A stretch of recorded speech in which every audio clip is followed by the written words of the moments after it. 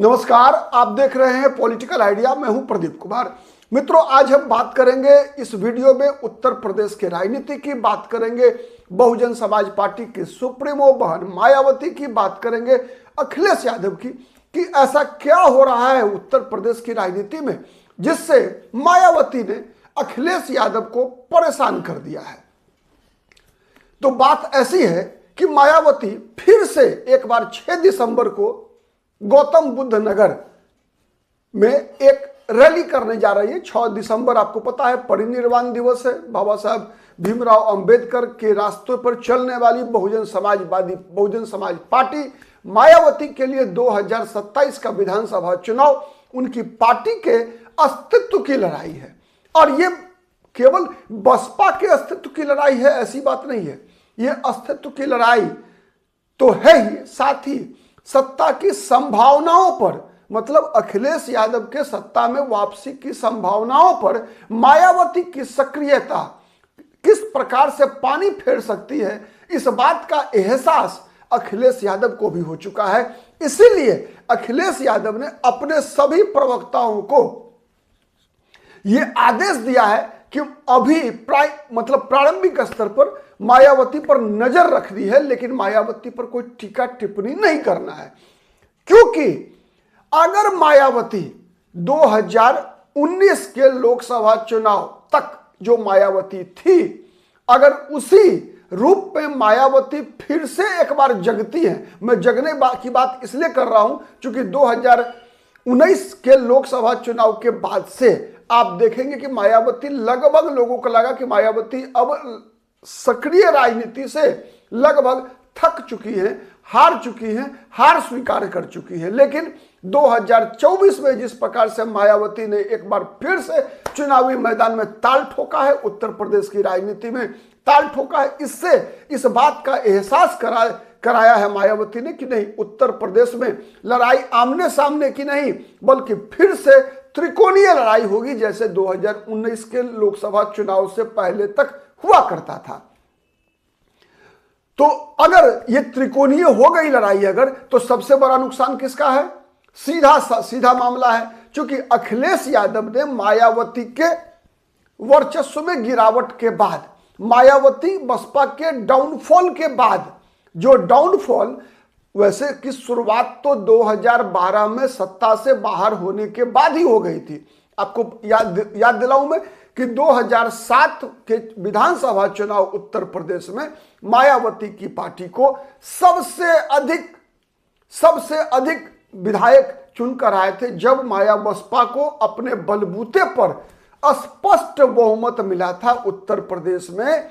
और वो 2007 का विधानसभा चुनाव 1991 के विधानसभा चुनाव के बाद पहला चुनाव था जब किसी एक दल को 1991 में अंतिम बार बीजेपी को कल्याण सिंह की सरकार बनी, जिसमें जिस बार बीजेपी को सिंगल पार्टी के रूप में एक, मतलब जिसे हम कहते हैं ना, स्पष्ट बहुमत, वो मिला था 91 में। 16 वर्षों के बाद 2007 में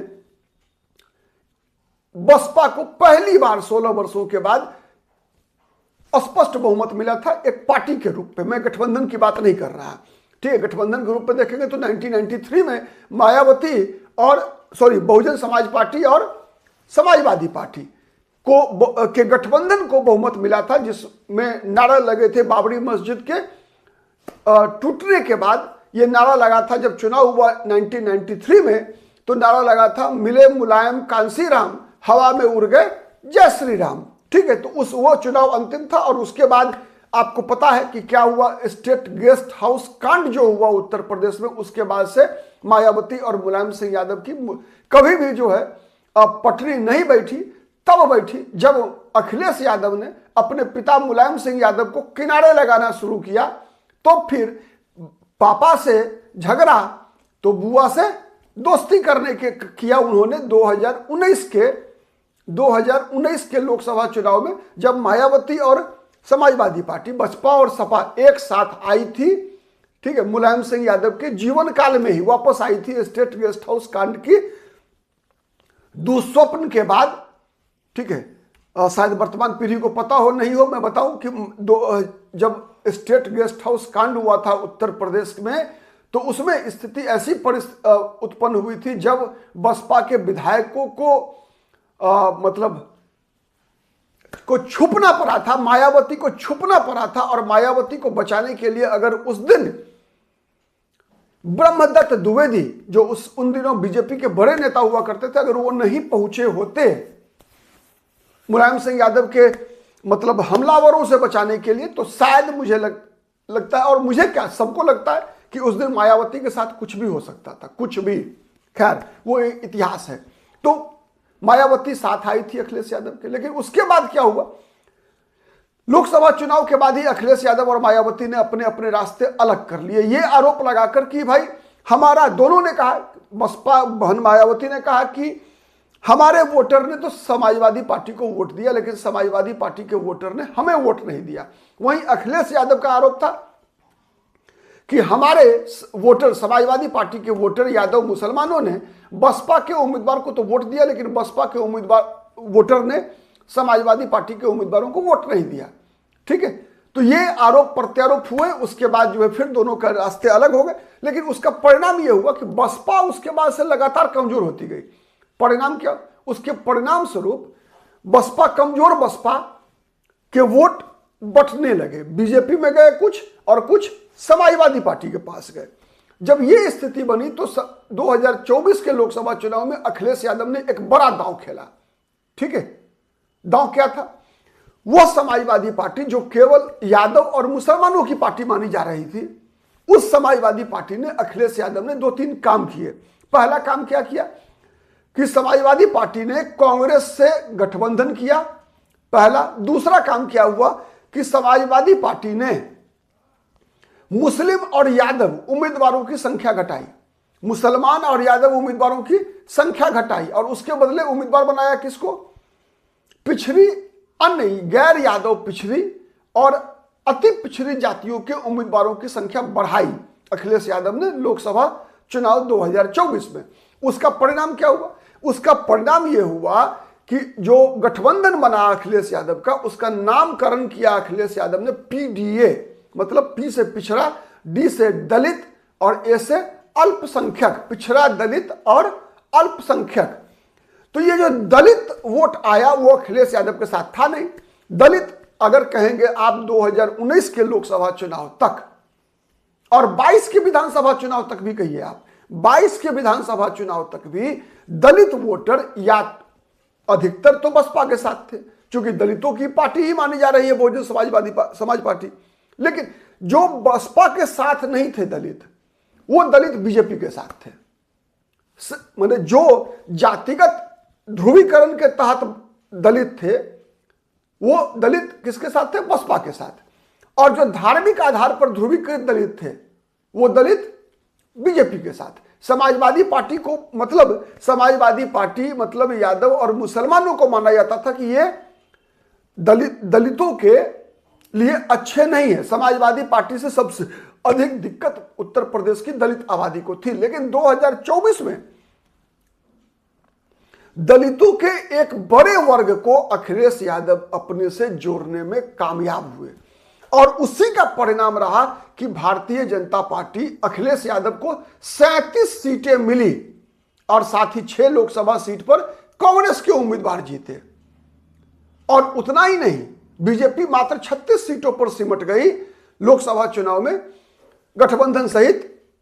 और इससे भी बड़ी बात क्या हुई, आप इस बात को समझिए कि दलितों ने अखिलेश यादव को अपनाया। बसपा को छोड़ने वाले दलित ने अखिलेश यादव को अपनाया।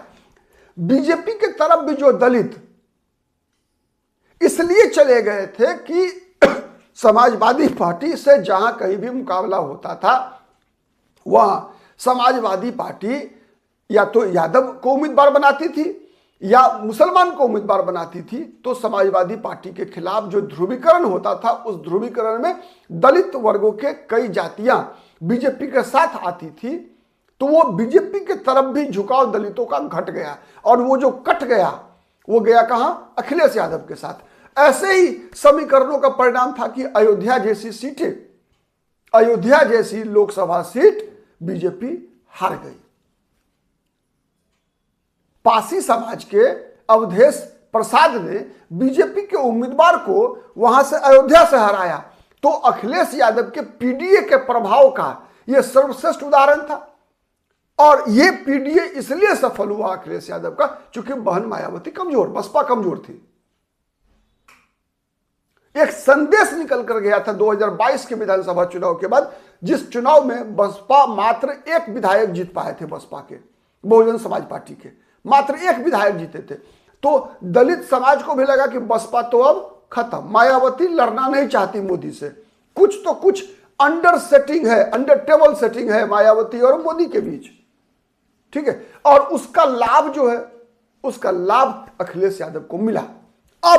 अब वही जब मायावती पुरानी फॉर्म में लौटती हुई दिख रही है, वही आक्रामकता जो 2014 के लोकसभा चुनाव से पहले मायावती के अंदर दिखती थी, वही आक्रामकता, वही सक्रियता, केवल आक्रामकता ही नहीं बल्कि वही सक्रियता, उसी प्रकार की केमिस्ट्री का डेवलप करने का प्रयास, मुस्लिम भाईचारा कमेटी का निर्माण करना, ब्राह्मणों के सम्मेलन में जाना, सतीश चंद्र मिश्रा को आगे लेकर आना, आकाश आनंद को फिर अपनी एक तरह से उत्तराधिकारी घोषित कर देना, ठीक है।